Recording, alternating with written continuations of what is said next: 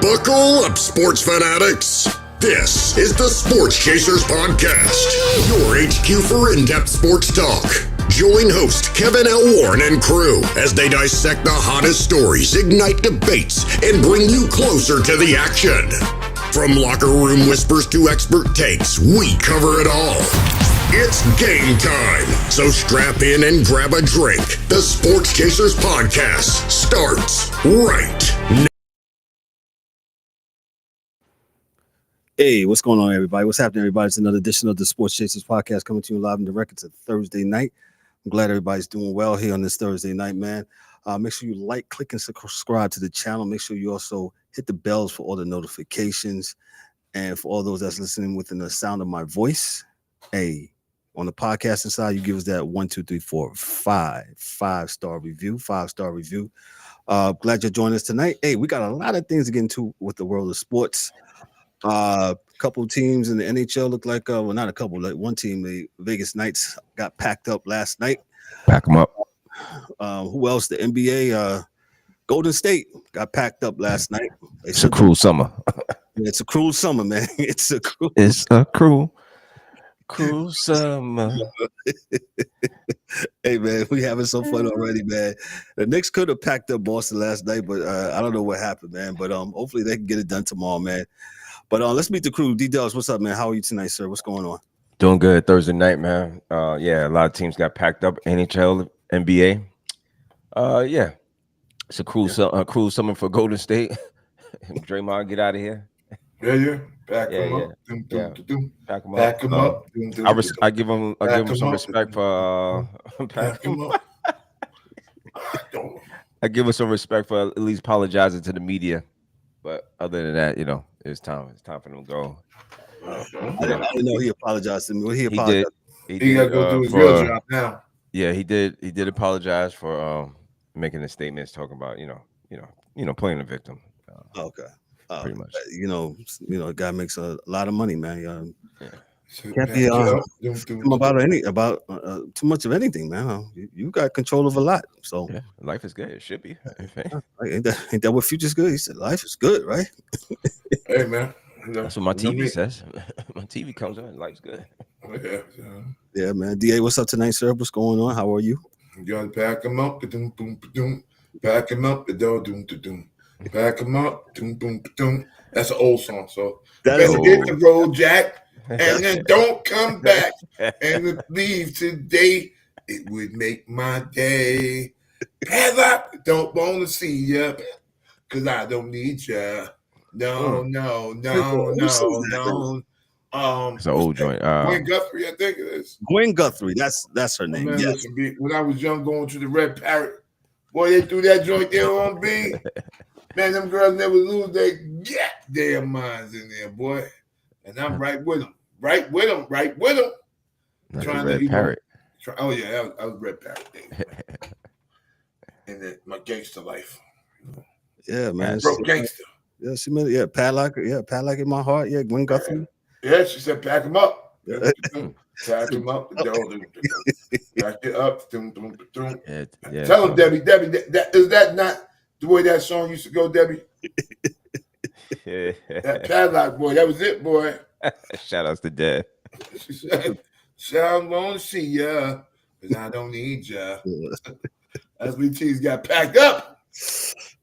Man, let's go to the news since we're talking about being packed up, man. This is from who's this from here? This is from ESPN. Yes, I got a source from ESPN. From Jess Rogers. He says this on yesterday. The other day, I should say. This was Tuesday. Major League Baseball has officially reinstated Pete Rose, Shoeless Joe Jackson, and over 70 other previously banned players and Is Lamar on the list? To the official MLB record books. I got criticized for not reading the other day, so hold on one second. Commissioner Rob Manfred's statement, this move was described as a step forward, historically accuracy, and not a reinstatement to eligibility for Hall of Fame induction, which still lies with the Baseball Writers Association of America. And this is why it matters, according to my notes here. Rose and Jackson have long been at the center of baseball's integrity debates. Rose was banned in 1989 for betting on baseball. Shoeless Joe Jackson was implicated in the 1919 Black Sox scandal and has been a symbol of injustices for decades. And some of the implications, their statistics will now be acknowledged and included in MLB's official historical records. This does not guarantee Hall of Fame induction or public absolution, but brings their accomplishments back into baseball's official legacy. I thought their stuff was in the Hall of Fame in Cooperstown already. Anyway, yeah, that's it was. What are we doing? What is this right here? But we'll get to it. And some of the fans and media reaction mixed, but mostly positive, with many praising MLB for finally addressing long-standing historical inconsistencies. Some will argue Rose violated the game's most sacred rule, while others emphasize his career stats can't be denied. I'll start first, DA, because I have a lot to say. Go ahead, brother. Because you said something that was so they're talking about statistical implications, right?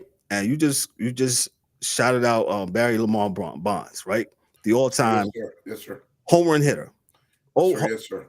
Baseball, y'all was implicated in this whole steroids thing. Y'all was the pusher man.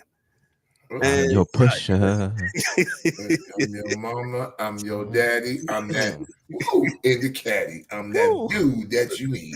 Some steroids and that weed. I'm your pusher. Oh, sorry. There you go. Okay. They turned a blind eye, and you know what? Chicks dig the long ball, and that summer with Sosa and McGuire, yo, it was on and popping. Nobody said nothing, right? You know, we're hugging, we're loving on one another.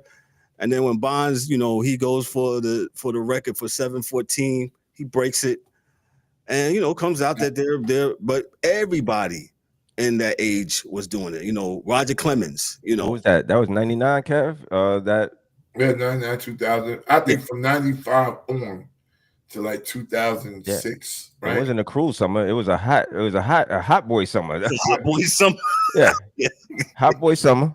The bats was popping. Yep. Nobody gave a F. Nope. Nobody cared. Nope. Nobody. You know, it's just really ironic how now, you know, baseball wants to take this stance of, you know, now we want to let, you know, we always knew, you know, shout outs to Pete Rose, man. We knew that was going to happen to him when he went to the grave. And then all of a sudden, it's so, man, if I was the family of Pete Rose, man, you know, I have no words for Major League Baseball in the way they handle this whole thing. So, you know, hypocrites all over. Hypocrites all over. Go ahead. Kevin and I'll let Kevin finish because I know he got more, but we talked about that the other morning. We were like, if I was in the Rose family, y'all can miss me with this. And as Kevin just alluded to, 100%. I thought Pete's stuff was already at the Hall of Fame. So right. Yeah, that part. I'm not sure what we're doing. Why it's even important. This was something from the family. This is from WLWT5 in Cincinnati. Not WPRK. And what was the name of stuff? TV show in Cincinnati. Yo, we on our 80s stuff tonight. It's like that was like 70s. The Hit King died last September at the age of 83. Rose's family in town to celebrate him at Pete Rose Night at the Great American Ballpark. This was the other day. His children, Fawn and Peter Jr., were in Seatonsville earlier in the day, Wednesday, for a special field dedication in Rose's name, a field where he learned to play the game of baseball. When asked about their reactions to the news, the Rose family said it was an emotional one. Tears, I was pretty emotional. I think we were all in a little bit of shock, Fawn Rose said. When I met with Commissioner in December, he was wonderful. The Commissioner truly listened with an open heart, and I did present the good and the bad and the ugly and the baseball player and the dad and the grandpa and what it would have meant to him. Pete Rose Jr. said he's grateful for wishes he was able to share the news with his father. He says, Pete Rose Jr. says this. He says, I was pissed off that I couldn't call my dad, but happy, grateful for the commissioner, happy for our family, happy for our city, happy for all of Pete Rose's fans, Pete Jr. said. But, you know, it kind of stunk that I wasn't able to call my dad and enjoy that because I know how much he would have enjoyed it. But hey, it's a step in the right direction. The commissioner has been great. It's a start, and we'll see what happens down the road. End the quote. So I guess they're being correct right now with that. So shout out to everybody in the chat. Debbie, thank you so much. My shout out to East Coast Gridiron, to Dante, thank you. Shout out to Moms. Moms is in the comments. Shout out to everybody that's rocking with us, man. Let me see what they had here. East Coast Gridiron, they said this, just like he should have pulled the Astros World Series doing this with Pete Rose. It's crazy. Should have kept them banned. Now it's a slap in the face. It already was, but now with two hands. 2 hands. 2 hands slap. Remember that? Bah. Like they wrestle and they hit you in the ears, both ears, and you can't hear it. The ringing ears. Yeah, man. Baseball, man, continues to sometimes louse it up. Yeah. Because what happens is now when you do that, now you open up the door to why those guys and not those guys. Right? So cheating is cheating. And you guys are both officers of the law. You're both Leos. And I'm actually a real Leo, but whatever. But so am I. Okay. He's a Leo squared. Kevin's just a Leo. Leo. But Leon. It's just we can't switch up. Like law is law. If you're speeding, you're speeding. If you're speeding in a Camry or speeding in the Benz, you're still speeding. So the reality is, if you're gonna let Pete in, everybody else have to go. Everybody else got to go. If it works for you, it's got to work for me. That's just life. That's how I treat people. That's how you can't do it for one and not the other. Period. End of story. Fact. You know what I'm saying? So, and you talk to a guy who does it for a living, you got to call it down the middle. No matter how you feel about it, your feelings doesn't mean nothing. Well, that's the problem, because that's the problem. Dudes don't like certain dudes, so they're not going to get in. You're not going to let them, and they'll try to explain it away, like, "Yo, well, Barry was a a-hole in the interviews." I don't know. We don't know what Shoeless Joe Jackson was. Yeah, he might have walked into the interview with both fingers up and swearing and cursing all the time. We don't know, and it really shouldn't matter, right? Because we're talking about what's on the field and the stats on the field. And that part, D, we talking about the statistics of the game. That's what we should be talking about. Gotta do it. Right? Not the rest of the stuff, but baseball, man, when it comes to this part, that's what And it's all sports, man. It is. Because I remember when my boy CC used to be on the other channel talking that mess early in the morning. My Hall of Fame, we all clean. We don't use no drugs. Shut the F up. Every football player I've ever known took HGH at some point. I'm not even going to get to the hard steroids. Just the human growth hormone. I got an 80s song for that one. Remember Huey Lewis in the news? I want a new drug. There you go. When it won't make me sick. Yeah, bro. I mean, come on. Yo, man, what are we doing, man? Yeah, but this is typical baseball stuff, man. This is baseball. This is Rob Manfred. Best comment I've seen. East Coast Gridiron.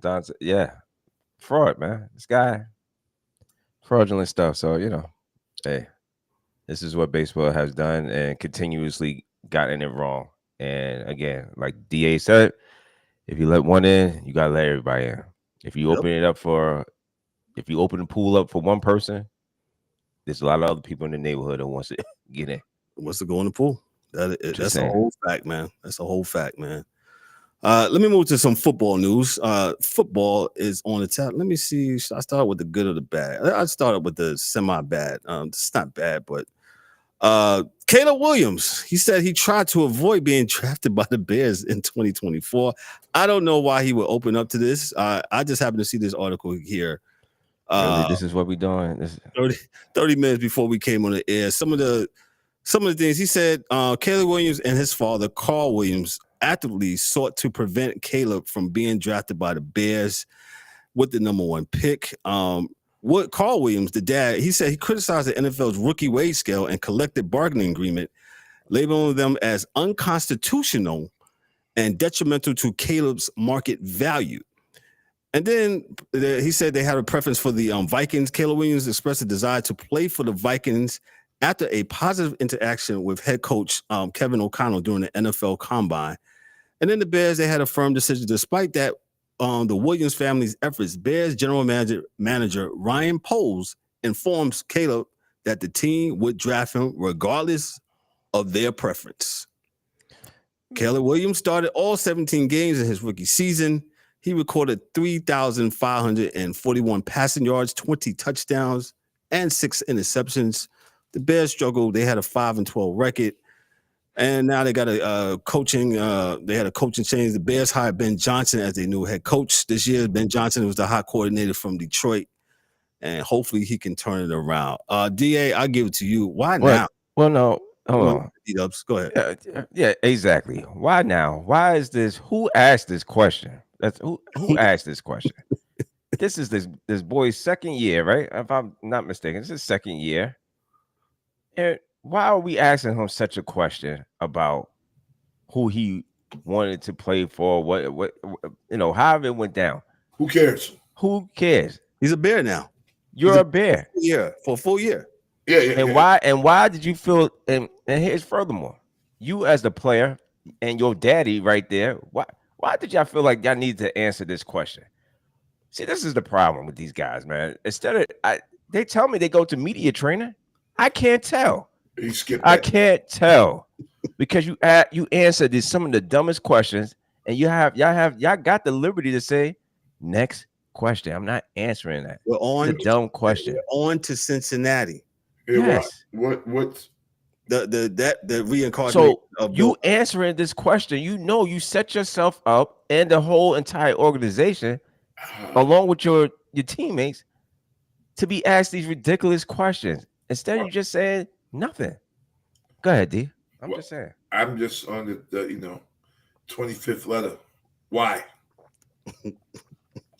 Why? Like, you're gonna take the check. You're gonna take whatever bread they're paying you. You're gonna do all those things and benefit from all that. I know the question and what it was, I guess, supposed to be about, but on the other side of that equation, you're sitting there like, why? Why are you saying that? It doesn't help you in any way, shape, or form. You saying that does not help you at all. Not the least bit. Not with your fans going forward, not with players. Every player may or may not want to be at the team that they get drafted for. Yeah. What makes you different? Yeah. So, again, Kev, this is much to do about nothing. Probably one of the laziest questions that I've seen. And I really don't. And furthermore, his daddy was sitting down with him? According to the article, yeah. According to the article, right? Mm-hmm. So that's even more like, right. Dude, like, okay, I get your son may not be, he's a little green, but you, sir, come on. If you've been around the block, I'm going to assume that he's been around the block, and maybe he hasn't. But I'm just saying, man, it makes no sense. Before his son was a professional football player, he didn't walk into the job like, man, I didn't want to be in this damn place anyway. Mm-hmm. But I'm a clock in right now. Bow. Who cares? Right. Who cares? What are we talking about? But we are in that generation where everybody, even if they're a star, we gotta say something. Yeah, wants 15 seconds of fame. Just once, and I don't know why. Is it, man? We just cut from a different cloth, man. Because is it really that serious, man? Yeah, I'm sure enough that to be rich and famous. So yeah, you're already famous, man. Try getting richer. That's the name of the game, right? Or try to get richer. Or die trying. You're good. Yeah, but die trying. Yeah. That's right. What's the feel good story, Kev? Hit me with that one, because this one, that one right there, Jesus Christ. Go ahead. That's a story. Feel dumb story. Yeah, that was it just came out. I was like, well, why was that? So let me go to let's go to the NFL. They have revealed their schedule. The season opener, the 2025 NFL season kicks off on Thursday, September 4th, with the Eagles hosted the Cowboys, and then you got Thanksgiving Day games on November 27th. You got the Lions versus the Packers. You got the Cowboys versus the Kansas City Chiefs on Thanksgiving. Then you got the Pats against the Vikings, and that'll be the night game. And then Christmas Day, NFL keep on taking the real estate of the NBA. Thursday, December 25th, you got Dallas Cowboys versus the Commanders. That game will be streaming on Netflix. Hold up, man. At 12 p.m. Go ahead, sir. We've heard the Dallas Cowboys 3 times. and no one says that team's going to be any good. Sorry, Debbie. But yeah, no one, why they on the first day, right? They play the first game of the year. And then you said they play on Thanksgiving, of course. Yep. And then they're playing on Christmas too. Yep, against the Commanders. So we have to watch them losing 3 damn games. Yep.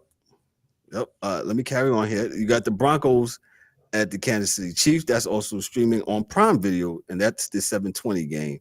And the Lions and Vikings will be the 3:30 game. So the NFL is encroaching on the NFL's Christmas NBA game. International games. You got week 1. You got the Chiefs. They'll be down in Sao Paulo, Brazil. That's September 5th. And then you got week 4. You got the Steelers and the Vikings in Dublin, Ireland. At week 5, you got the Browns of Cleveland versus the Vikings. They'll be going to London, UK. Then week 11, you got the Dolphins versus the Commanders in Madrid, Spain. And then additional games in London and Berlin, featuring teams like the LA Rams, the Jacksonville Jaguars, the Atlanta Falcons, and the Indianapolis Colts. And some of the notable matches that we'll have week 2 Super Bowl rematch of the Eagles and Kansas City Chiefs. So that's week 2. I don't know if that's on the national television game. I would think that would be, but it doesn't say here. According to my notes, and you got the Chiefs versus the New York Giants week 3. And then they keep saying the Chiefs versus the Jacksonville Jaguars week 5. And they had some streaming platforms, like I said, Netflix and Prime Video will be now also in the streaming game. Yeah, we got a believer in the comments. Debbie, she a believer, Debbie, man. They say if you believe, then you don't know. So yeah, I think we got another song for that one, Journey. Yeah. Don't stop believing. Hey, yo, and to your why when you said a couple minutes ago, you was talking. I didn't want to interrupt you. Hey, Michael Jackson's Human Nature, when he says why? Tell me it's human nature. I know one thing I know for y'all. Niners got the easiest schedule in the league, so we'll take that. We got the AFC South and the NFC South. It could be the setup for your man to get the paper. Oh yeah. Yeah, just give him the easy schedule. This guy comes out flaming. Y'all gotta pay him. I tell you what, boy. Watch. Look. If they was gonna pay him, they would have paid him. Yeah. We're talking about Brock Purdy, and y'all know that watch the show regularly. DA has this heartfelt for his quarterback, Brock Purdy. Yeah, I mean, I like the guy. I sure enough, but if he's getting $50 million, I can't tell, DA. I really can't. I mean, I wouldn't like him then. So he gets $50 million, boy. We already lost half the team in free agency. So, that's what they tell him in the office now. Yeah. So, and you throw the ball to the other team, sir. Absolutely, man. Woo. Let me move on. Jimmy would work for cigarettes. So, Yeah. Definitely. Let me move on here to we talked about Draymond Green earlier. But yes, the other day they had there was an incident overview, Golden State Warriors, and this is from what is this from here? This is from the Score.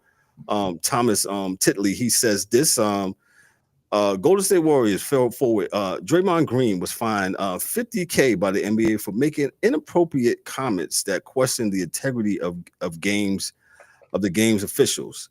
The incident occurred during the Warriors' 102-97 loss to Minnesota in Game 3. With just over 15 seconds remaining and the Warriors trailing by 6 points, Green was seen making a hand gesture and seemingly discussing the final betting line, referencing the 5.5 point spread. The Warriors hit a 3-point on the next possession, ultimately losing by 5 points, which covered the spread. This fine marks Green's first league-mandated punishment since his 12-game suspension in December of 2023 for an on-court altercation with Timberwolves center Rudy Gobert.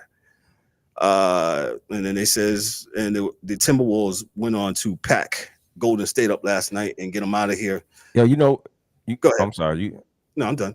Okay, you know what? If the NBA was really serious, man, if you really want to send a message, he's suspended for the first 5 games of next season. All right, we're not playing this game with you and the betting thing.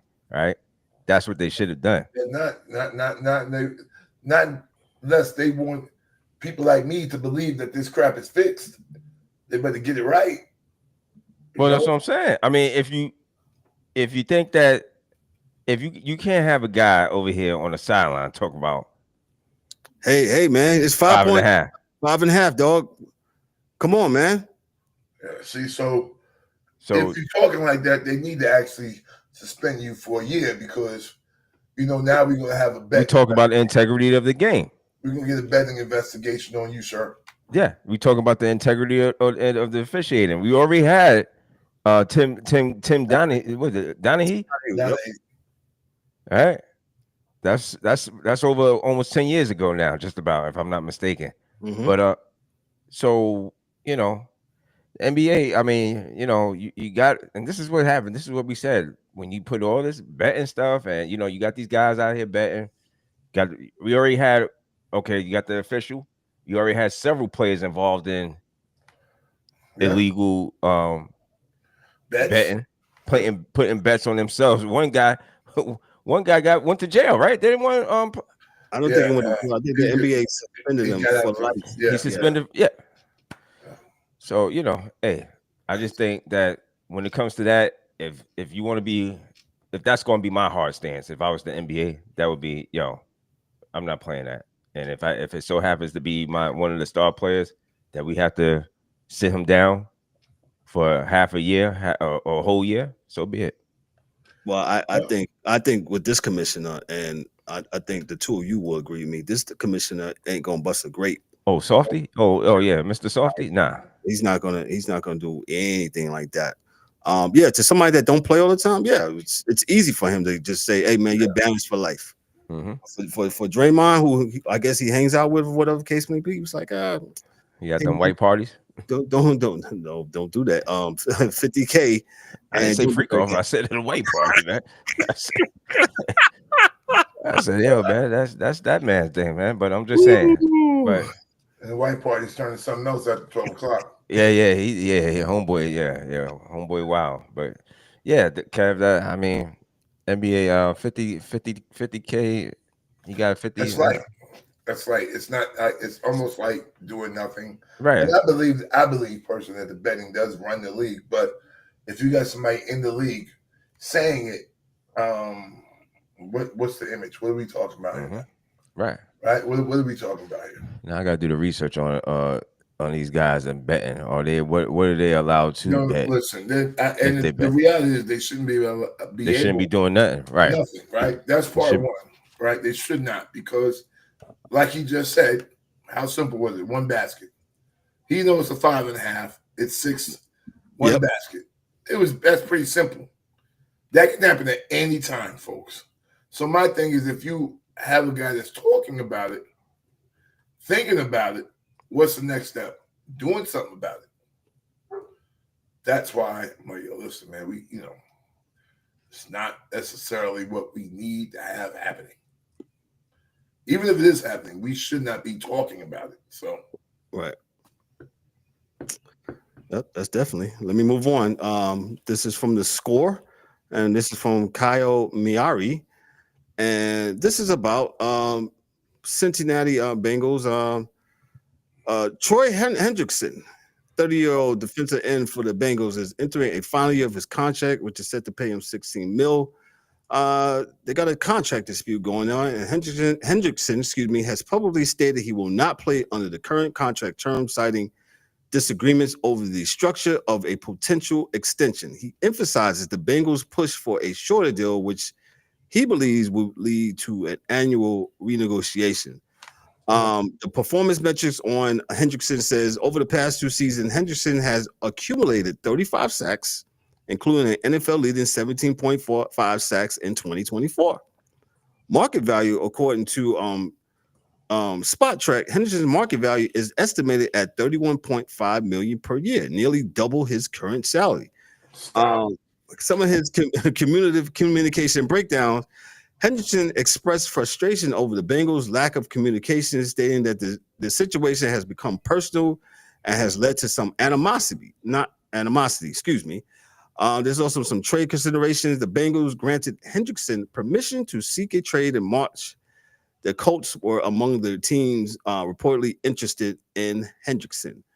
In 2025, the Bengals selected defensive end Shamar Stewart with the 17th overall pick, potentially as a contingency plan for Hendrickson if he does not play with the Bengals. Despite the tensions, Hendrickson remains hopeful for a resolution, referencing Myles Garrett's situation with the Cleveland Browns as an example of a repaired relationship. Yeah, you was going ahead. You said stop. Oh, okay. So why we stop? So Hendrickson's a good player. Yes, he is. Last 2-3 years, right? But he does understand that he's getting older, so his value is going to go down. 31, 32, 33, 34, 35. Right? That's what happens, right? It's a physical game. He may have 1 or 2 really good seasons left, depending on where he's playing. Mm-hmm. Right? Now, my thing is that say he plays for the Colts. They got a good defensive line. So he will probably, if he's one-on-one covered, he might be able to do a whole lot out there with the Colts. But those are empty calories because the Colts aren't going to win anything, right? Correct.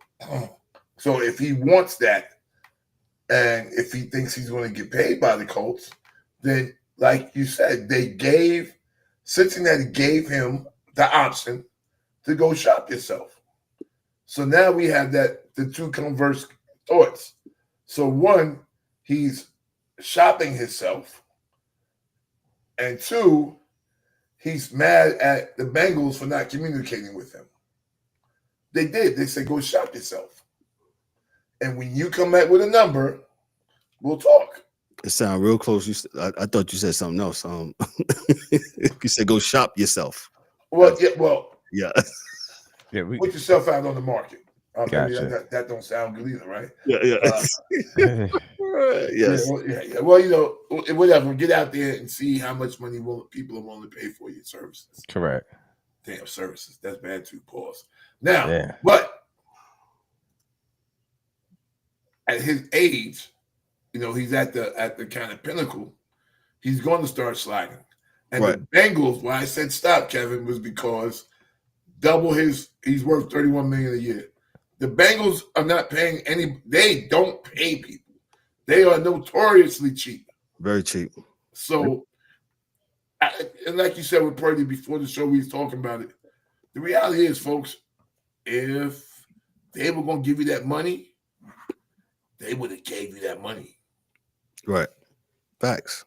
That's it. Like, there's really not much else I can say other than if they were going to pay you, they would have paid you. And that's I'm not sure what else, because Myles Garrett got paid, right? Other dudes got paid, right? Mm-hmm. So they gave him enough, they giving you enough time, man. And that's like no one, I don't believe, and this is, I guess I go against my own conspiracy theory, but no teams want to be signing dudes after camp starts. Mm-hmm. Nobody wants to do that. So, and Mike, he should be getting more money, but he shouldn't be getting $31 million though. Well, according to Spot Track, but he's not a $31 million player. So Spot Track does not including his age, I guess. Of course they don't.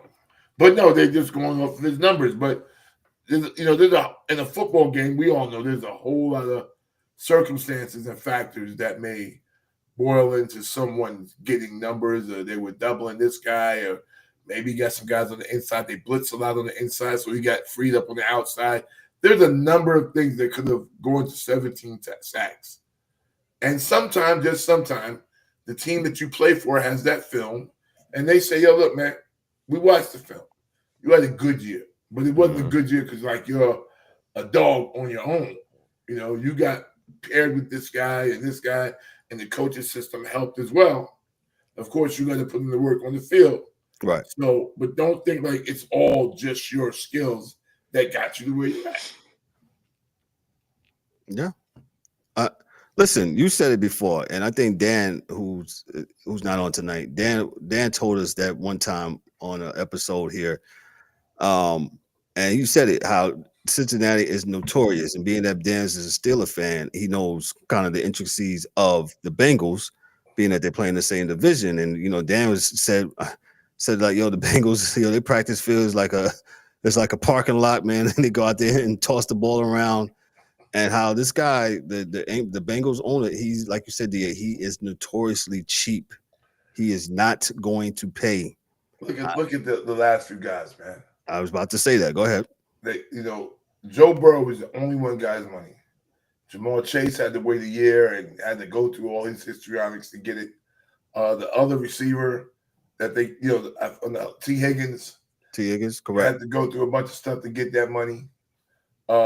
They had to let go of the running back to Texas because they wasn't trying to give him his bread. Mm-hmm. So, that's why they didn't have a good offensive line all those years. They were talking about Joe Burrow because they kept letting them go.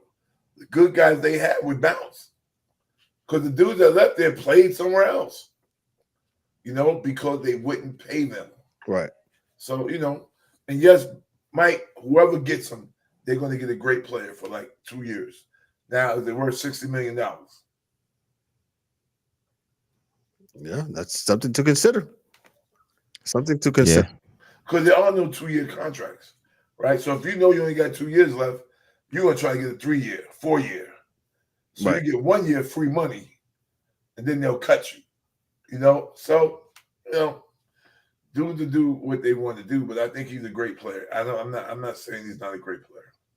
Correct. I just don't know if he's worth $60 million as a DN at this juncture of his career. Yeah, when they got a bunch of young dudes that are coming in, rookies, and that's why they took another rookie. So yeah, and we're not poo-pooing nobody getting their money. Get your money, to get what you can, but do understand, especially in football, how the player contracts and how salary cap and all that stuff is the implication of how players are paid.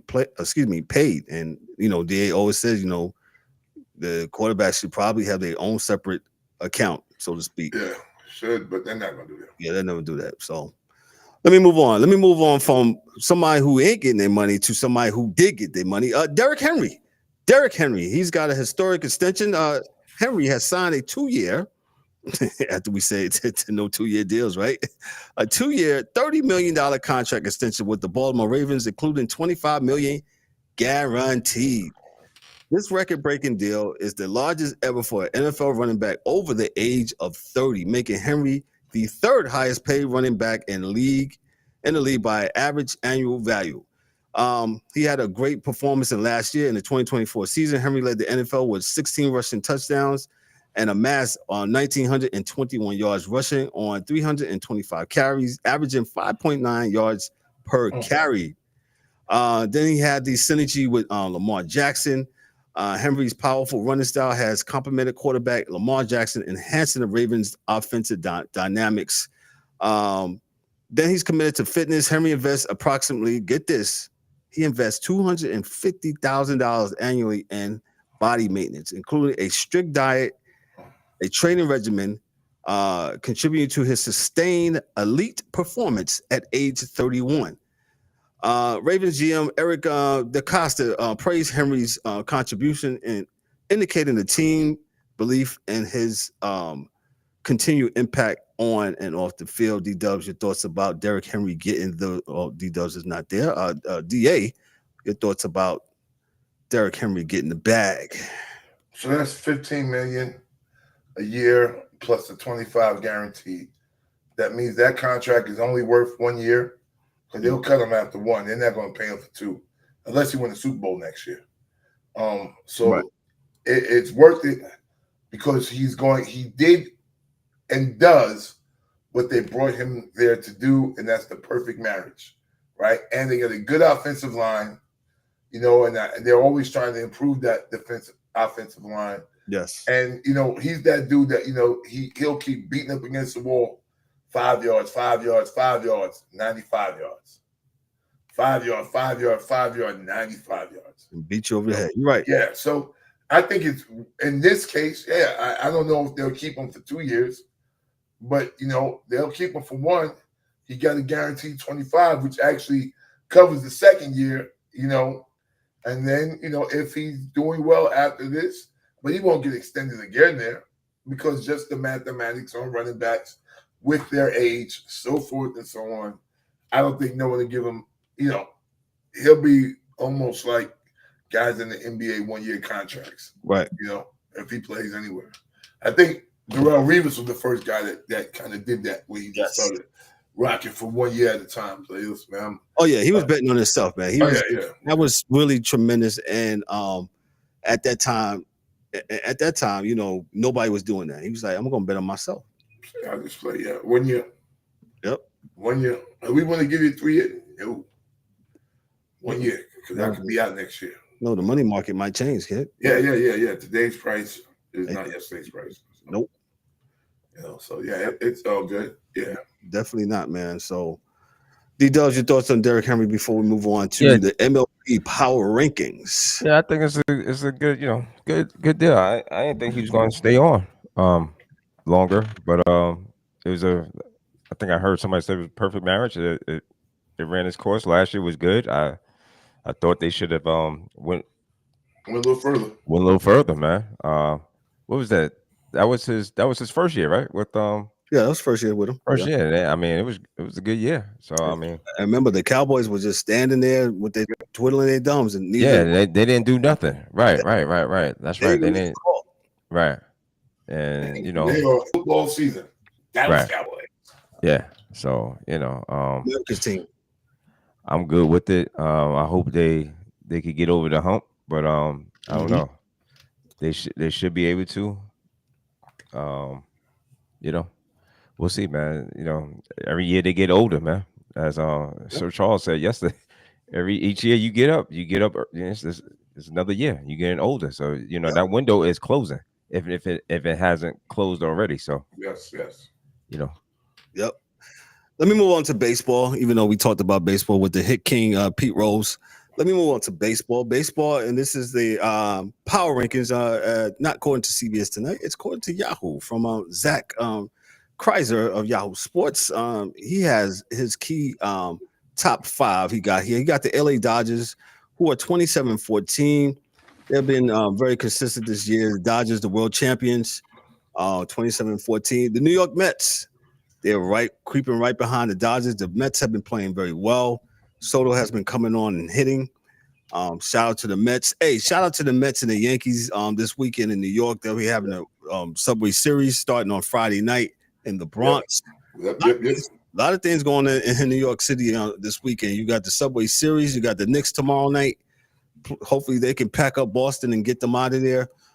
Believe the New York Liberty open up to defend their world champion, being at the So a lot of things going on in New York City, man. So shout out to the Subway Series is starting already back here in May. Hopefully they got good weather and none of the games will be posted in the Bronx.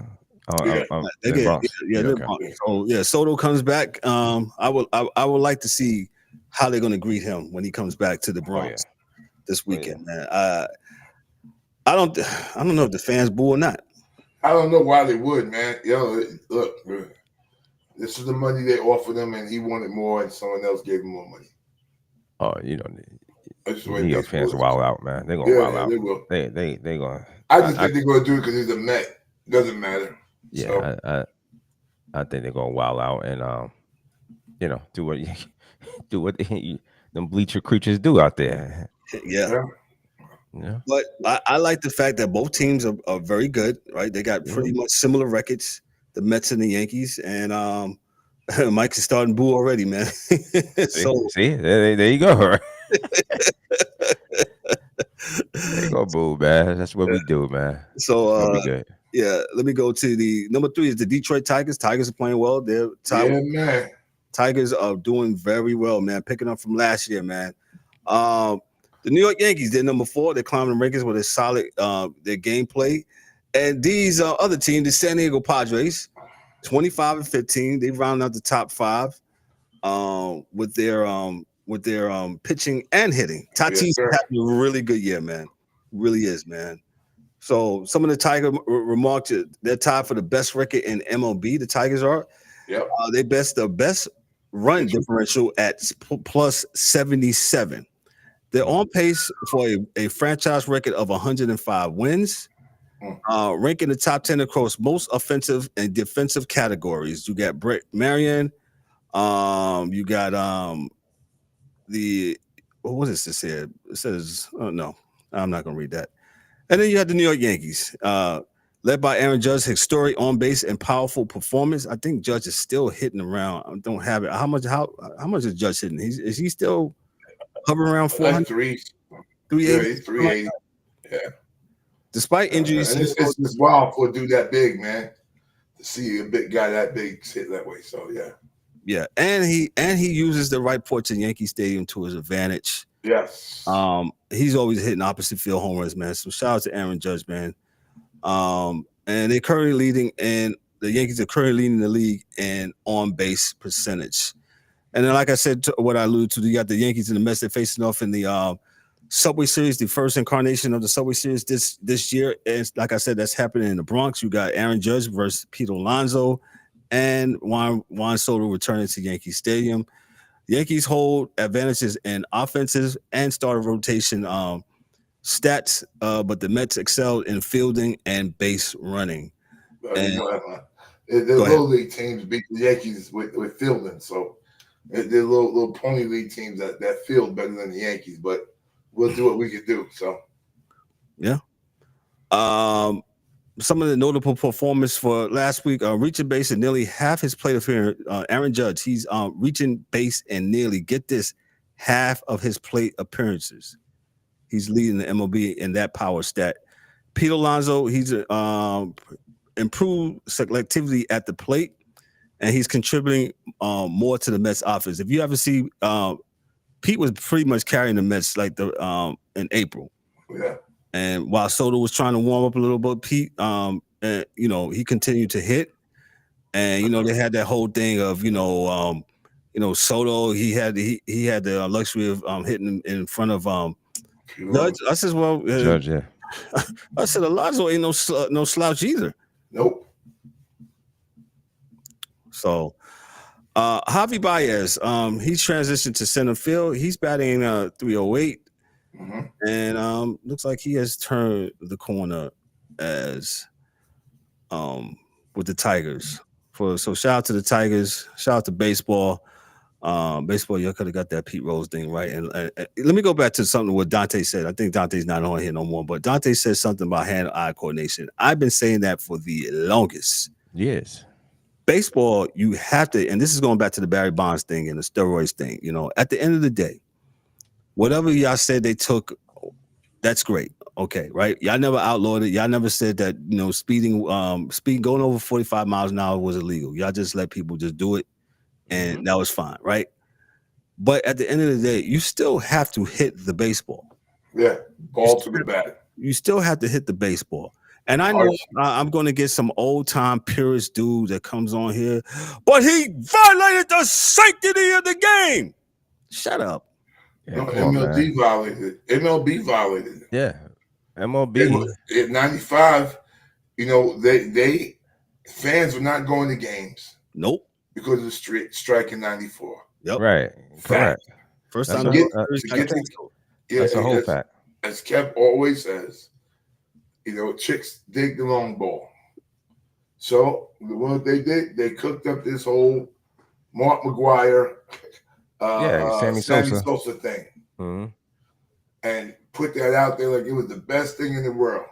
Sammy running with his Dominican flag across. Yeah, around the field. And hey.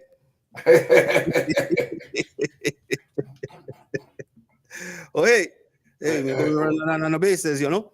Yeah, well, what's the dude from the Baltimore Orioles that don't? Brady Anderson. Yeah, Brady hit 50 home runs. He had 51 home runs. I never hit more than 2 any year before that or after that. So don't know what that was, right? He says, okay.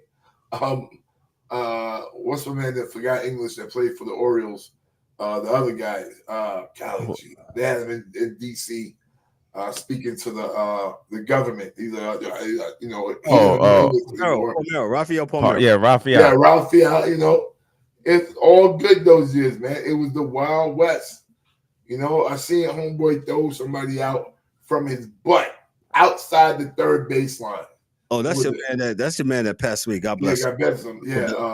Was it Biggio? Not Biggio. Not Biggio. That was the name that was in my mind. But I laughed, man. I saw that on TV, and I just stopped. I was like, "What? What?" He is sitting down outside the third base line, and he just threw a man out. Ken Caminiti. Yeah, Ken. God bless you, Ken. Yes, Ken Caminiti. So they knew the whole league was on it, and it wasn't illegal to be on it. Now, when A-Rod got caught, it was illegal. Yeah, because Omar was coming. For my Wire fans. Yeah. All of a sudden, Omar's coming. And for these purists, man, come on, man. You don't get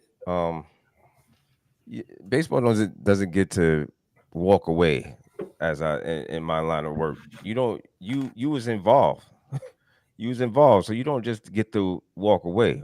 Well, like they had nothing to do with it. Like you had nothing. You didn't do nothing. I see nothing. Right. I know what you're talking about. You just like a blind eye to this. No, thing, I don't. No, I don't see nothing. You know what I mean? So I wasn't there. That wasn't me. So that was my cousin, man, my primo. My primo. That was not me, man. I don't know what you're talking about. Dude, you on the east side of Harlem. East Harlem. So I grew up at, man. Yeah. But yeah. It is what it is. That's just what it is, man. Let me rock on to the National Hockey League on last night. The Panthers the Panthers put a 5-spot on the Toronto Maple Leafs, and they won that game 6-1. The Panthers are 1 game away from winning and going back to the Eastern Conference Finals. Toronto looking like they're going to get heartache again. So the Panthers and Toronto will be playing tomorrow night down in Sunrise, Florida, in South Florida, so they can see if they can pack up the Maple Leafs and get them out of here, man. Speaking of packing them up, the Edmonton Oilers faced the Vegas Knights last night. They sure packed them up. Yeah, they packed them up in overtime. They put double tape on the boxes and got them the fuck up out of here. Yeah. Yo, man, we gotta get the tape gun on here, man. Cause we all work through the mail room here, man, right? So yeah. Double tape it up. Yeah, you come up, man. Yeah, you gotta get your tape gun, man.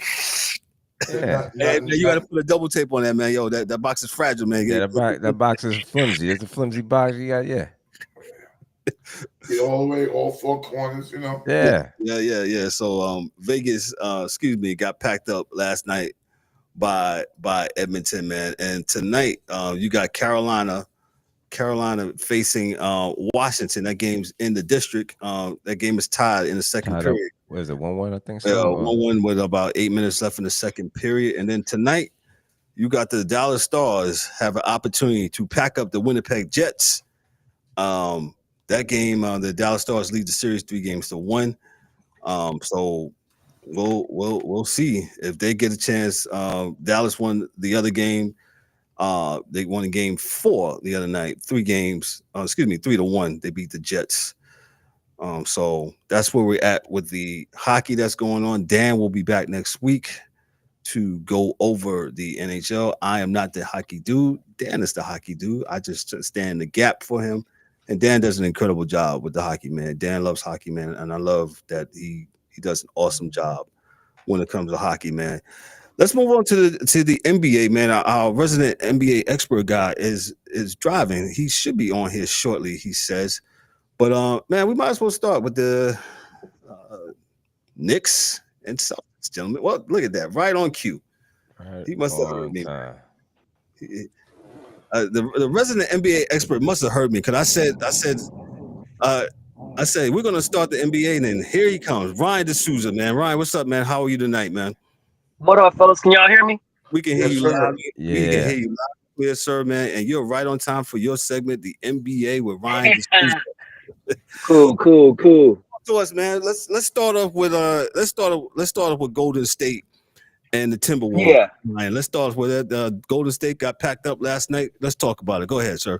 Yeah. Well, yeah. That was pretty much. Everybody knew that was gonna happen. Like when Curry went down. Remember, he went down. He got the hamstring in the first game.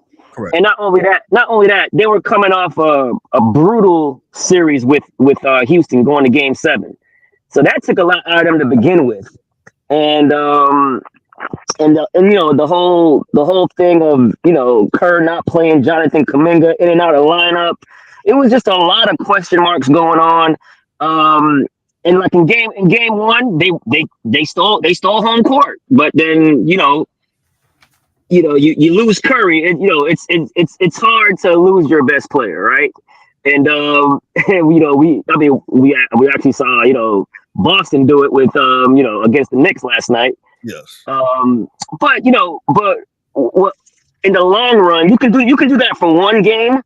But in the long run, it's not gonna bode well in your favor in the long run. So, and you can tell too, man. Like after they won the first game and Steph went out, you can tell like Jimmy kind of packed it in. I mean, there was games where Jimmy had Butler had 7 shots. I mean, I think he had 23 points in the last 2 games combined, something to that effect. So I was going to get to you about that, but go ahead. You about this. I don't. Do we give him a pass because Jimmy is supposed to be that dude, right? Oh, thank you, sir. Thank you. Jimmy's supposed to be the man, right? Everybody kept on telling me how much Jimmy this, Jimmy that, and I kept on saying Jimmy's not a superstar. He's a star, but he's not a super duper star like everybody claimed that he was just because he went on that run with Miami. He's a good player. He willed his way to getting there, but he just didn't have enough, and it wasn't enough supporting cast. But just because you lost Curry, didn't mean that y'all just get to lay it down. And to me, that's what it looked like. He laid it down. You still had Buddy Hield. You still have a Hall of Famer Draymond Green. You keep on telling me you still had Hall of Fame coach Steve Kerr. He didn't show up neither. Draymond didn't show up neither. What showing up does he do? No, well, defensively, if you talk about defensively rebounding and just making the offense go, right? He does bring something, but no, Draymond is important to them, right? To set the tone, like for instance, in against the Rockets in the Rockets series in Game 6, he started off the game in the first 2 minutes of the game getting a flagrant foul, and it messed up the whole flow of the game for them. Right. But if you're gonna get on him, right, for that Game 6 performance, he was fantastic in Game 7. I give him fantastic. And I'm a diehard Rockets fan, and there's no team I want to see beat more than the Golden State because they've knocked us out 5 straight playoffs. I mean, while we face them, but I have to give him his credit for Game 7. But this series, like he and Jimmy didn't show up. Mm-hmm. Like, okay, everybody's talking about, okay, Curry's gonna come back in Game 6. Curry wasn't gonna be effective, bro. He just wasn't gonna be effective on a hamstring because why? Even if you come back right? So game 6 would have been probably, I think, on Sunday, because they would have had like a 4-day rest because of the Golden State Valkyries, their opener, right? Mhm. So, but still, for the way that Steph plays with the constant moving, cutting, back screens, you're doing this, you're doing that. There's no way his hamstring was going to hold up. Not saying that he wouldn't have got through the game, but he wouldn't have been Curry He effective. wouldn't be And, effective as right, and right, if he wasn't hurt. and I believe he would have been more of a decoy, which is a great decoy. You know what I'm saying? To get other guys open. But Jimmy, like, But if they wasn't taking shots, if they was gonna play like they played, it would have been the same result. They would probably been Minnesota won 4 straight games. Right. I don't think if Curry was healthy, it probably would have went game 6, game 7, and it could have been, I'm just going to say Curry's that good where if he's healthy, he's good to win you 2 games by himself. Yeah. And that's the problem with Jimmy in this series. Out of those 4 games, you needed to get one of those next 4 games after he got hurt in game 1 to get him to see if he can come back in game 6 where he's gonna have that long rest. And Jimmy was not good, not even for 1 game. Well, he couldn't get you the one. He had a good game 2, I believe, but they got blown out. You know what I mean? And then the whole Steven thing, Kuminga was just bad. He's horrible with bigs. Yeah. But Jonathan Kuminga's not a big. He's a wing. He's 6'7", 6'6". He's not a big. He's a wing player. And Golden State doesn't have that kind of athlete on their team. Jimmy's not a high flyer. He's a wing, but he's not a high flyer. Buddy Hield is a spot up shooter. Like even in the Rockets series, they got through the series, but yeah. This dude's been doing this stuff to Mr. Kuminga for 3 years now. No, I get it. No, you're right, and I don't understand it. They even had I'm not saying him, but they're even with negative stories about the kid. They dudes are starting to say, he don't do this, he don't practice. Right. They were doing everything they could to just dismantle his career. To lower his value, to get a discount. Like I don't understand. They did the same thing with Wiseman, right? But that's a different story. The reality is that kid can ball for real, offensively. Oh, he's fantastic. And there's no excuse for the genius Steve Kerr to not use that guy. Now, what I would like to say is, as far as Golden State getting backed up, Ryan, I would give more credit to Minnesota for making it pop, because the reason Jimmy Butler couldn't do nothing because he was too tired guarding Ant-Man. And then it was Reed, and then it was this one. Because they're a cast of characters that they all will get you, and you'll get every game I've seen. Somebody that you don't think will get you. Right. And not only that, DA, that's a good point. On the offensive end, he has to guard all those other guys. But on the defensive end, they're throwing all kind of bodies at him. You know what I'm saying? Just like how Houston did. So and Jimmy's 35, going on 36. Old man, he's old. Yeah. And that's why I just don't get not playing Kuminga. I don't get it, man. But whatever. But I like you said, DA, I give credit to Minnesota because they did not drop the ball. And what I mean by that is Steph goes out, we're not going to give them a chance. And that's what they did. They kept their foot on the pedal. Absolutely, put their foot around their throat. It's like, nope. We're not even gonna make it close, and that's why I was disappointed with the Knicks. You know what I'm saying? Man, definitely. A good team is going for it because, bro, we seen it at any time. Anytime an injury can happen, so, a hamstring with Curry, an Achilles with Tatum, you cannot play with these games. If you have a chance to get somebody out, you got to Gotta capitalize, get him out of here. and that's what I like. That's what I liked about Milwaukee. I mean, excuse me, with Minnesota. They yeah. Is people think I'm I'm old and crazy, but I am old and crazy. Yeah. That when I say, look, Minnesota can win the championship this year. Of course they can. I say because they got a dude that's not going to back down from the pressure, and his dudes, meaning the team, rally behind him. Right, and not right. Mm-hmm. They got dogs. They got dogs on that Minnesota team. Ant-Man talk all the crap he wants, and his team is there to back him up. You know what I'm saying? Right. Conversely, in Cleveland, Donovan Mitchell did everything he could, including magic tricks. And he looked down the bench, and Garland's there in the jean jacket. This dude's hurt. This dude's that. This dude's that. Those cats didn't want it.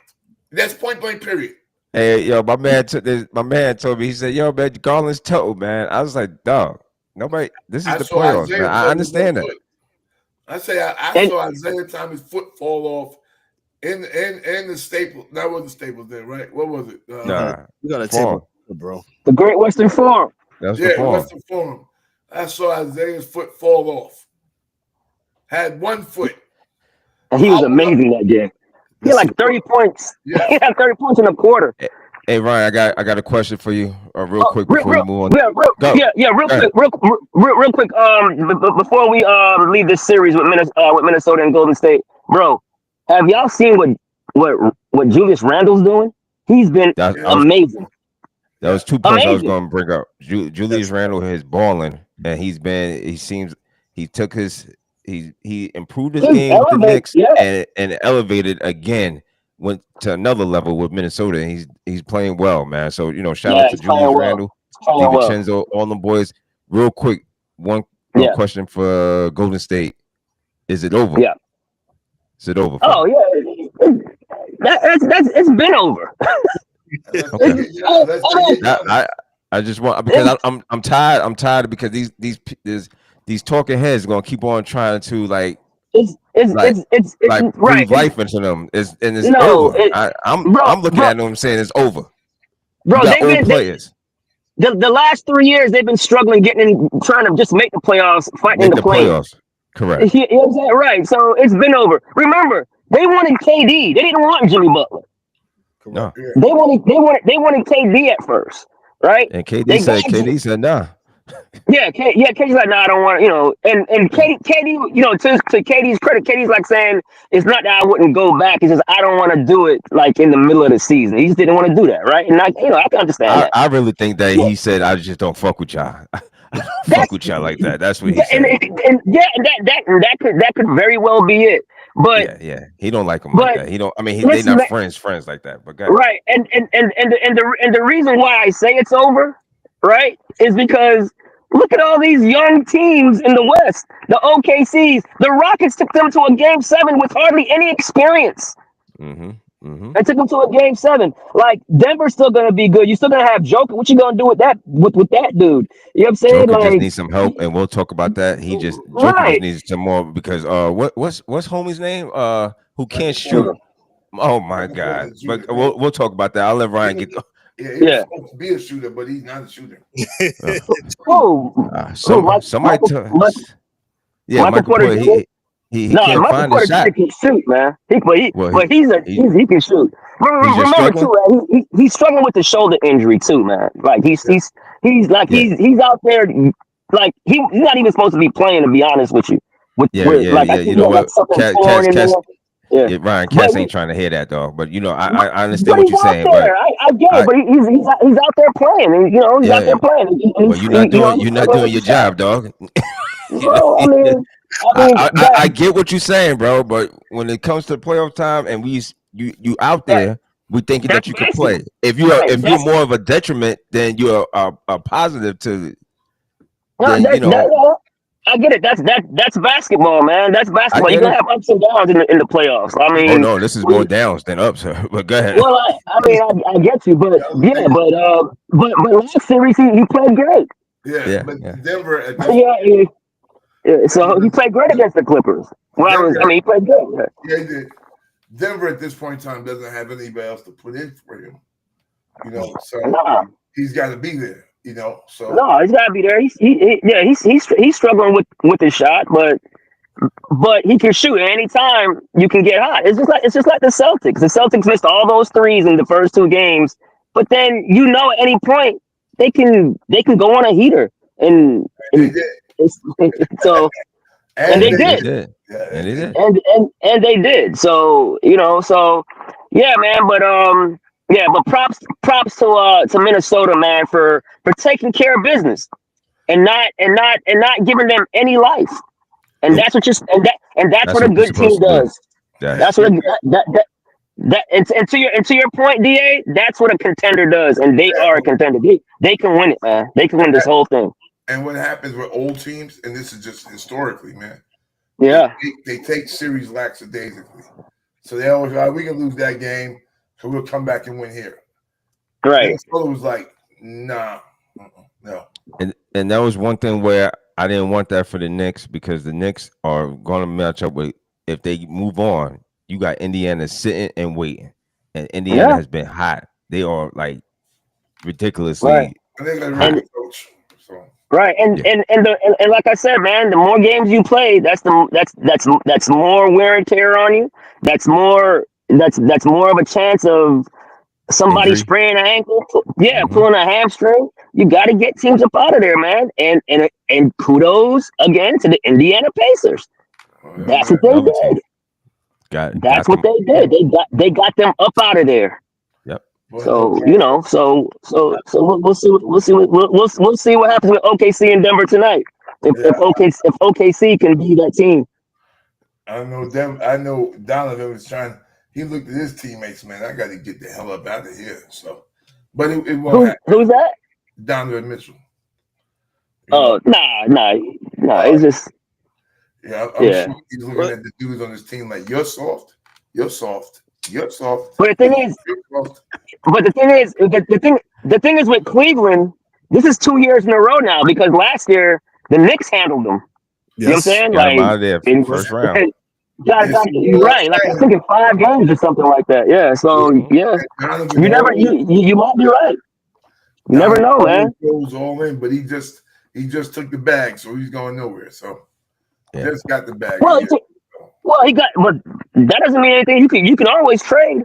Yeah. You got the bag, so there's always a trade, trade there. So we'll see what happens. I think and Cleveland is a relatively young team as well. So not as young as OKC and Houston and Orlando and teams like that, but they have time to run it back and try to work out the kinks and and take it from there. But they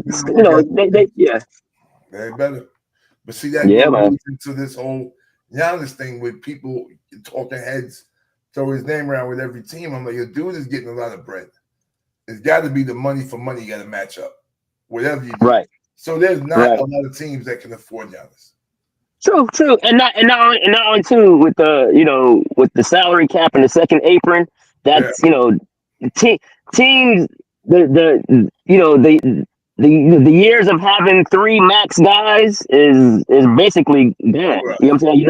It's over. I mean, if you're talking about the Celtics are not going to look the same next year. Porzingis is going to be gone. Holiday is going to be gone because they can't. Especially with Tatum's injury, he's still going to be on the books. So like I believe the core 4 that Boston wants to keep is Pritchard, White, Tatum, and Brown. They'll work around those 4 guys. Big Al Horford is probably gonna be gone unless he comes back on a discount. But there's gonna be teams who has money who's gonna cover Al Horford and what he does, even though he's an older player. You're gonna have teams, younger teams, be like, hey, if we can get him in and help our young guys out, teams will overspend to get him if they have the money. So Boston Celtics are gonna have vast changes next year. Vast. And guys, just Nas Reeves is a free agent this year too. So that's another piece a lot of teams are gonna spend on too. Absolutely. A stretch four like that, stretch big like that who can defend. He gets to the basket, he can hit the three. He's long, he blocks shots. No, I mean, yeah, that's the kind of guy that, hey, a team that's close, like, hey, let's throw the bag at him. Maybe he can take us to the next level or get us over the top. Yeah, absolutely. Good call on that. Gotcha, Ryan. Let's talk about Denver is OKC is leading Denver in the series 3-2 as it's 11-11 in the first quarter. Yeah. Let's go to the Knicks and Celtics. Let's go to them. Tatum had a horrific injury the other night when he grabbed his Achilles. Man, you knew already he was grabbing his leg. You knew that was. Oh yeah. Whenever it's non-contact like that on the push-off, you know what time it is. Same thing that happened to Dame. Exact same thing. It's the push-off, and then you just collapse and you can't get up. Yep. So speedy recovery for them. So I mean for Tatum. But yeah, the thing is with Boston though, they're deep, right? They're and not only that, they're not even getting anything from Porzingis. Porzingis didn't even play in the second half yesterday. Has been pretty much empty, not even empty calorie. Has been I don't want to say missing, but like you said, non-factor, so to speak, and he didn't even play. Right. And he's sick. He has some type of illness where he can play, but he loses his wind for some reason. I don't, that's some scary. Type of energy or something like that. That's kind of scary. He had a virus in the middle of the season that had him out. And, right. He's not playing, but he's not well. We'll say it that way. Right. He's not well. So. Right. And basketball is a game of adjustments, right? We all know that, right? So with Tatum out, the Knicks got to kind of adjust. People might think it's easy. Okay, Tatum's out, so now the Knicks are just gonna just win because Tatum's out. Nah, they have NBA players. They put in Cornette. They did a great job. Yes, because Mitch was dominating dominating the games. And shout out to Mitchell Robinson, man, hitting six out of 6 free throws. So. I had no faith in him, but he made them. Right. Yeah. And not only that too, man. Like the Knicks missed a golden opportunity, and here's why. I don't think you're gonna get that kind of game again from Josh Hart. Josh Hart was unbelievable last night. Yeah. I don't think you're gonna get that game you got from Mitch again. Yeah. So this is all on Cat. And it's all on Brunson. They have to be the two that get that because it's good to win that last game is hard. And trust me, they do not want to go back to Boston. Not saying they can't win. Of course they can win. But man, there's too much. Like I said, there's too much other variables that can happen if you don't win this game. There's too much. You got to fly to Boston. Then you got to play another game, and then like we talked about, we're not wishing anything like that, but you play a game, anything crazy can happen. So you have to take care of business at home in the Garden. I'm not gonna say it's a must-win because it's not a must-win. I hate when people do that. It's a must-win game. No, it's not. It's a must-win game for Boston. They're the only one that can be eliminated. So I'm not saying they can't go. The Knicks can't go to Boston and win a game 7. They can't. Mm-hmm. But once that I saw in the last 20 years in a closeout game at the Garden, the Knicks are like 0-6. Yeah.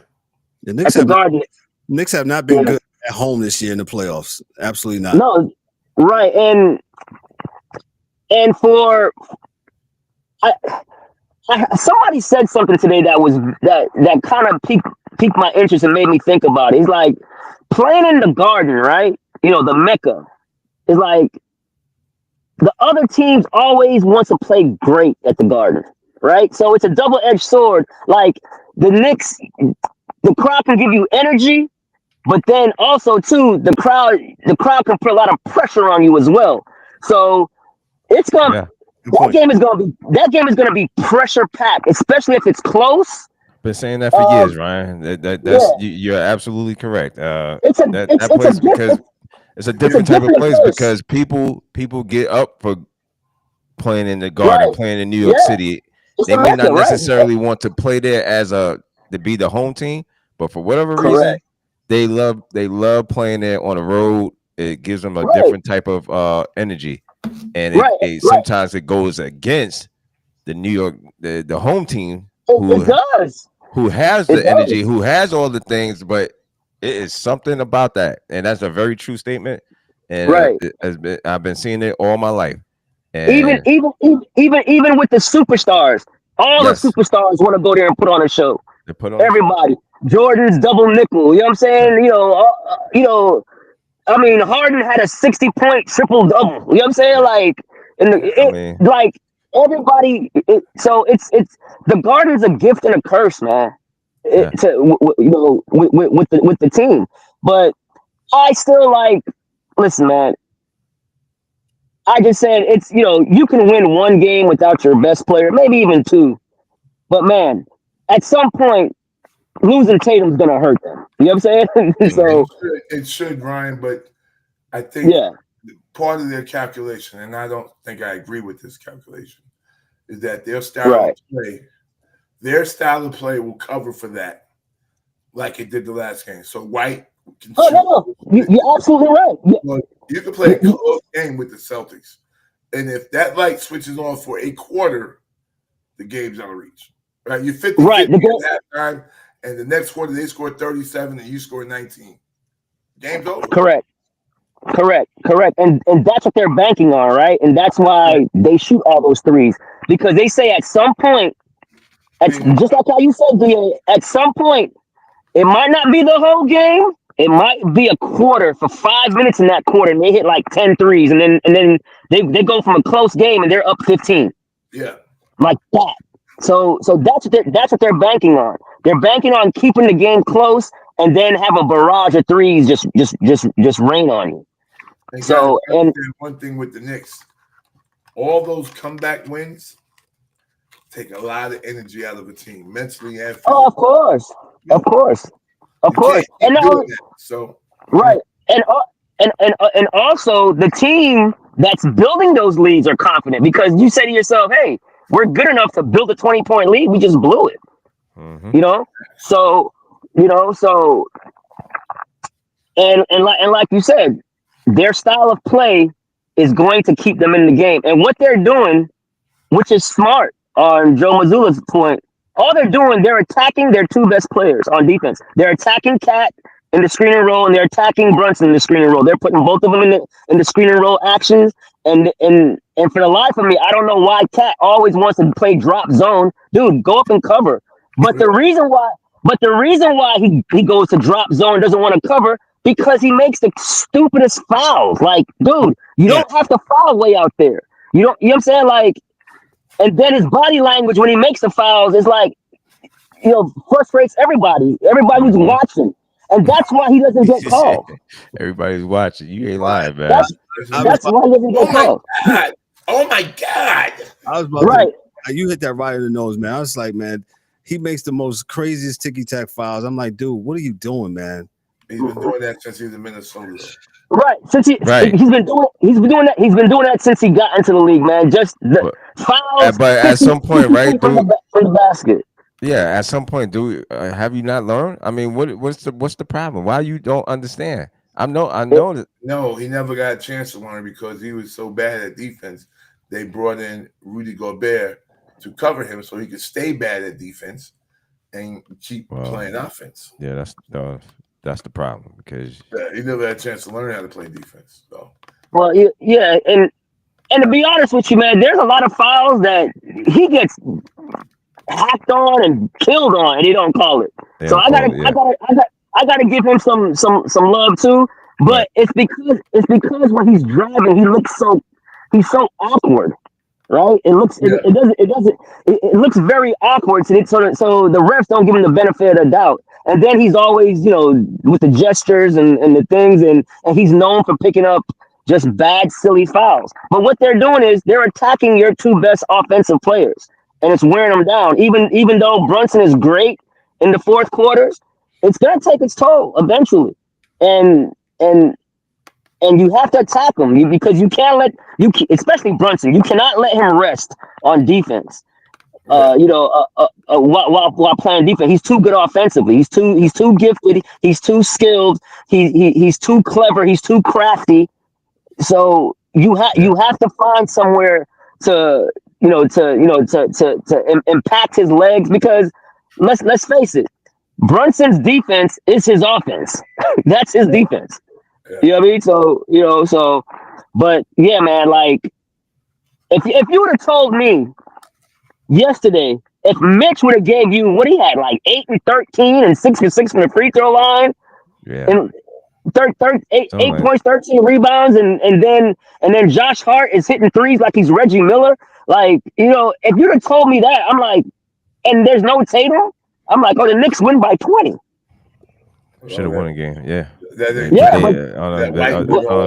On the contrary, they was down 20 again. Right, and Cornette came in and changed that second half when they said, "Hey, we're just gonna bench Porzingis." I don't think the Knicks was ready for that. They didn't see that coming. But now you saw it, and now what adjustments are the Knicks going to make for Game 6? Has to be an adjustment. Well, Thibodeau, yeah. This is your chance to shine. It has to be an adjustment, because here's the thing, right? Where I know we always say this before, we're in the regular season where Thibs doesn't really empower the bench. Boston empowers the bench. Oh yeah, all season long. Right, all season long. So if their number's called, they're not going to be overwhelmed. They're going to be like, cool, let's go. You know what I'm saying? Like, and you see it with Hauser. He'll come in and hit some threes. Yeah. Being prepared for the moment. It means something, man. Yeah. You got to get them in there, man. I'm sorry. Yeah. So it's and if you ask me who's gonna win tomorrow, I say the Knicks are going to win tomorrow, because at some point losing one of your top two players in an all NBA player, it's going to hurt you eventually. You might can get away with it for one game. You might can get away with it for 2 games.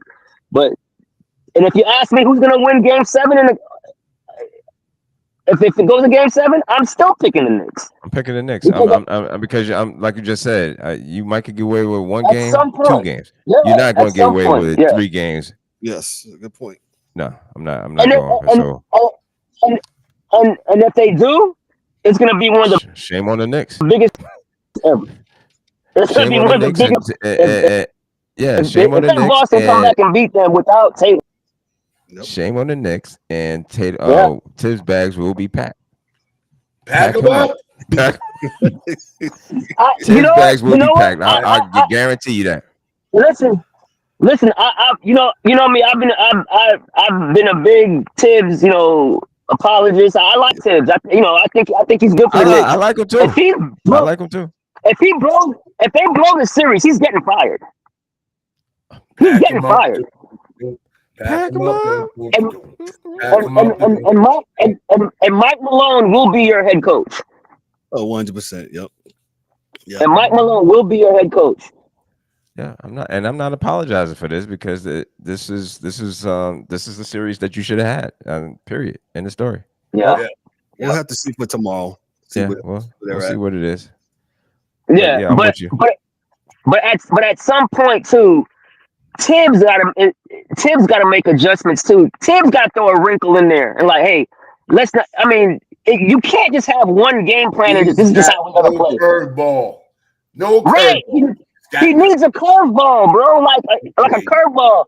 Like there's no way, no reason. Precious should not be getting some minutes. The guy's talented, man. I don't trust Precious. All right, man. I mean, why you paying him?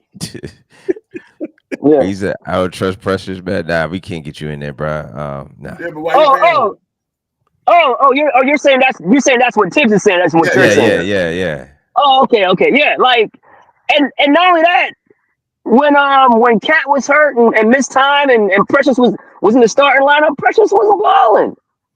And mind you, now Precious put in work last year. Now remember when everybody got hurt last year? Yeah. Precious came in there and gave us some good minutes. Yeah, serious. So it's not like he can't play. So stop it. Right. Even McBride needs more minutes. Yeah. Needs more minutes. It needs more minutes, man. Like, yeah, like. I mean, yeah. So we'll see what happens.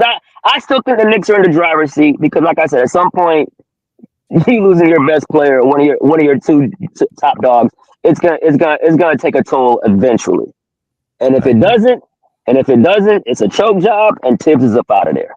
Yep. I agree with that 100. I agree 100% with what y'all just said. Pack them up. Ryan, anything else on the NBA? No, man, nothing else on the NBA, but we got WNBA tomorrow, man. So good times. Yeah. Hey, make sure you check out the myself, Ryan, and Dan. We did a WNBA special. It's actually on our channel now.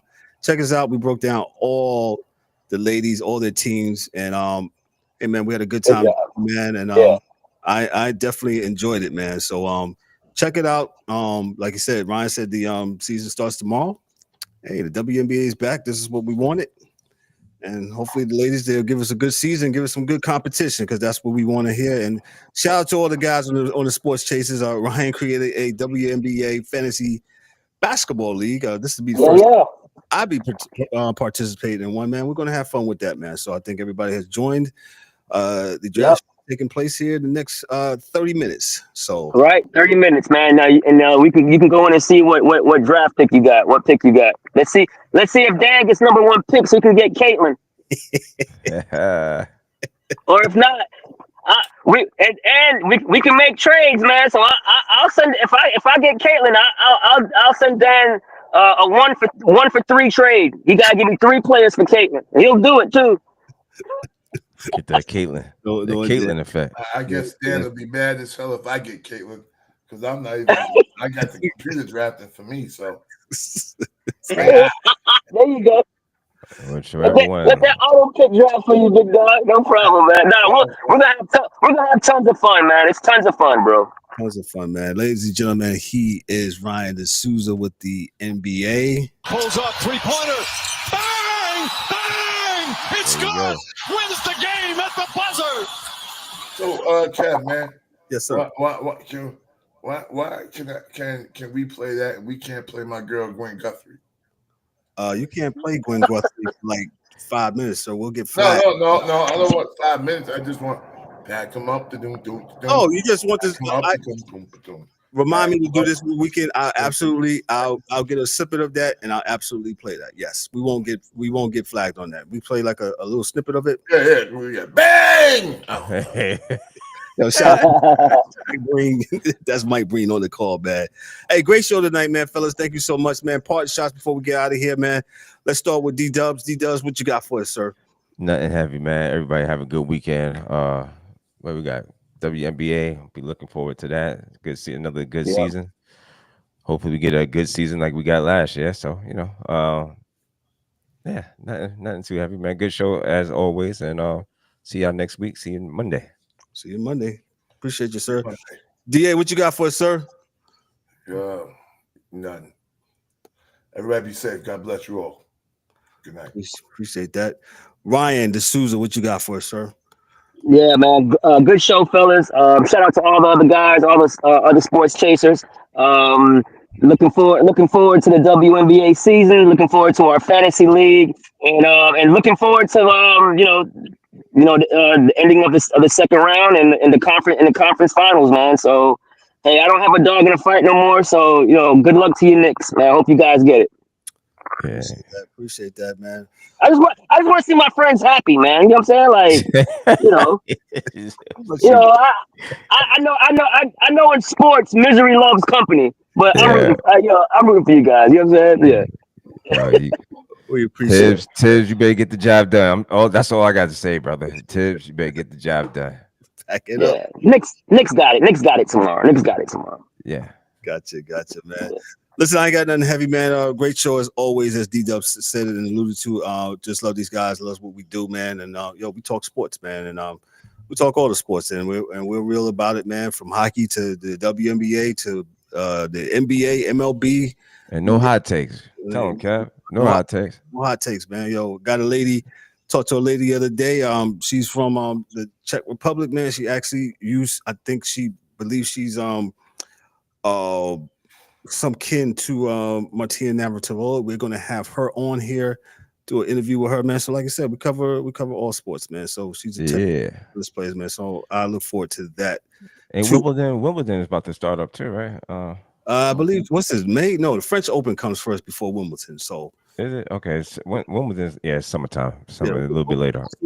I believe it's in July. Usually around in July. So the French Open. That clay first. Yeah. Right, they got to play on that French Open clay, correct? Yes. Yeah. So, which is a different animal. Listen, we're going to get out of here. Listen, on behalf of myself, I'm Kevin O. Warren, for Daryl D-Dubs Warren, for the DA, for Ryan D'Souza, for Mike Mills, for Dan the Hockey Dude, and for James, the Angry One, man. This is a Sports Chasers podcast. Y'all be good, be blessed, be great. Hey, we'll catch you Monday on the flip side. Have a great weekend. Take care. Peace. Yeah. That's a wrap for today's episode of the Sports Chasers podcast. Don't forget to subscribe on YouTube and your favorite podcast platforms, and connect with us on all social media channels for exclusive content and updates. We'd also love for you to join the conversation, share your thoughts, and become part of the Sports Chasers community. And remember to tune in next time for some more real sports talk. Until then.